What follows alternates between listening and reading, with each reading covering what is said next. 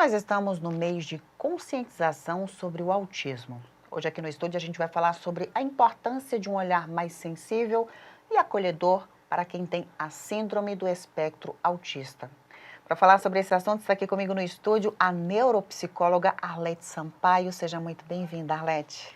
Obrigada, Luciana. Eu que agradeço estar aqui fazendo parte desse quadro Brasil Azul, né? A consciência azul dentro do espectro autista e poder contribuir com a sociedade barreirense com essa temática. O autismo vai além de um diagnóstico, não é isso mesmo, Arlete? Exatamente. Quando nós falamos que o autismo, ele é além do diagnóstico, estamos falando de uma pessoa que ela tem potencialidades, capacidades e que vai além desse diagnóstico. O que as pessoas precisam entender quando a gente se fala desse mês, que é um mês de conscientização? Porque quando a gente fala além de um diagnóstico, a gente não se prende apenas a isso, né? Exatamente. Se prender ao diagnóstico é você limitar o olhar para essa criança. E esse olhar, ele precisa ser ampliado. Quando você amplia esse olhar, você enxerga as capacidades que essa criança possui. E a partir daí, você começa a implementar desenvolvimentos nessa criança. Você trouxe um ponto importante, capacidades que essas crianças possuem. Porque muitas pessoas acabam limitando essas crianças, né, esses jovens, achando que elas não podem fazer muitas coisas. Como lidar com essa situação? Para lidar com essas situações, você precisa fazer aquilo que eu disse. Observar primeiro qual desenvolvimento que essa criança possui, otimizar esse desenvolvimento. Quando nós olhamos para essas capacidades, nós estamos falando daquela rotina da criança dentro do seu próprio lar, da sua própria casa, no seio da sua família. Isso é um ponto crucial para desenvolver essas capacidades. Papel da família, Arlete, qual que é o papel da família nessa situação? Crucial, Luciana, porque se a família não tiver uma estrutura, um ambiente em que essa criança realmente ela está ali convivendo a maior parte do seu tempo, é o celeiro. Costumo dizer que é o celeiro de aprendizagem.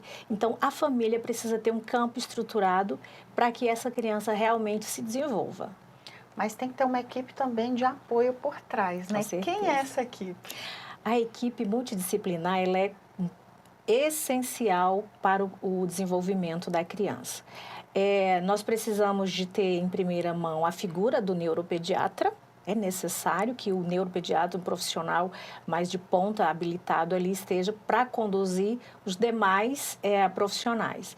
Daí vem a figura do neuropsicólogo, né, que sou eu, para fazer o levantamento das habilidades dessa criança. Então, a criança tem várias habilidades cognitivas, comportamentais, e que ela precisa ser desenvolvida.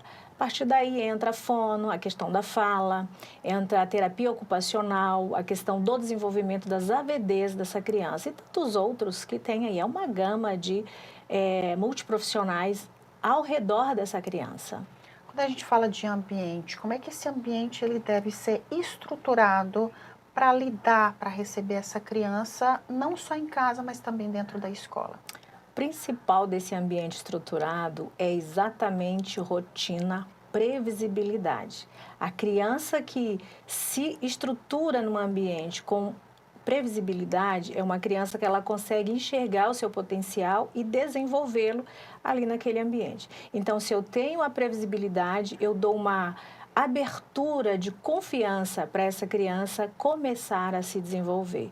Então, rotina e previsibilidade é o primordial para uma estrutura de trabalho com essa criança. E além do profissional, ali está sabendo o que ele está fazendo, né?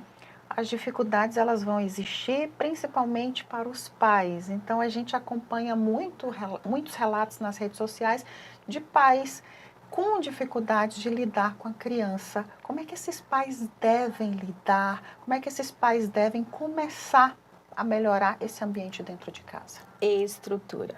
Um ambiente estruturado, uma família estruturada é tudo. E o principal dessa estrutura na família é a condição emocional. Se essa família não tiver minimamente uma condição emocional equilibrada, ela começa a desequilibrar todo o ambiente. Então, a criança que tem esse lar, e o pai está ali preocupado, o que eu vou fazer com o meu filho? Primeiro ele busca esse autocuidado. Se ele não conseguir o autocuidado, ele procura um outro profissional para que ele se organize e comece a organizar essa criança também. Tudo é uma questão de uma previsibilidade. Se eu tenho uma família com uma organização mental, já é um começo interessante para essa família se organizar. Você trouxe a questão da rotina, mas mudanças também fazem parte do dia a dia, né? Como lidar com essas mudanças no meio autista, que eu sei que deve ser muito difícil. Bem difícil e é o que realmente desregula. Nós chamamos desorganização, mas é uma desregulação que acontece com a criança. Então, volto novamente à questão de previsibilidade dentro de uma rotina. Ela precisa previamente saber o que vai ser feito e como vai ser feito com ela para que ela não seja pega de surpresa. Né? Então, previsibilidade ele é o caminho para organizar essa criança. Então, a rotina ela é exatamente por isso. Vamos à escola? Qual horário? Qual a tia nós vamos encontrar ali? Vamos ao médico? Qual é o médico? Então, essa criança precisa previamente estar consciente desse trabalho, que aí ela adquire a segurança. Queria que você deixasse uma mensagem para quem está acompanhando a nossa programação. Afinal de contas, nós estamos no Abril Azul, que é um mês muito importante para pessoas que têm o autismo, né? Muito bem. Além do diagnóstico, né, devemos procurar também profissionais que vão dar continuidade a esse trabalho, porque o diagnóstico ele traz um caminho, mas além do diagnóstico nós vamos trabalhar essas possibilidades que essa criança tem de desenvolvimento. Então, para desenvolver, eu vou além do diagnóstico, eu busco caminhos contínuos de fazer esse trabalho. Arlete, queria muito agradecer a sua participação. Muito obrigada. Eu que agradeço, Luciana.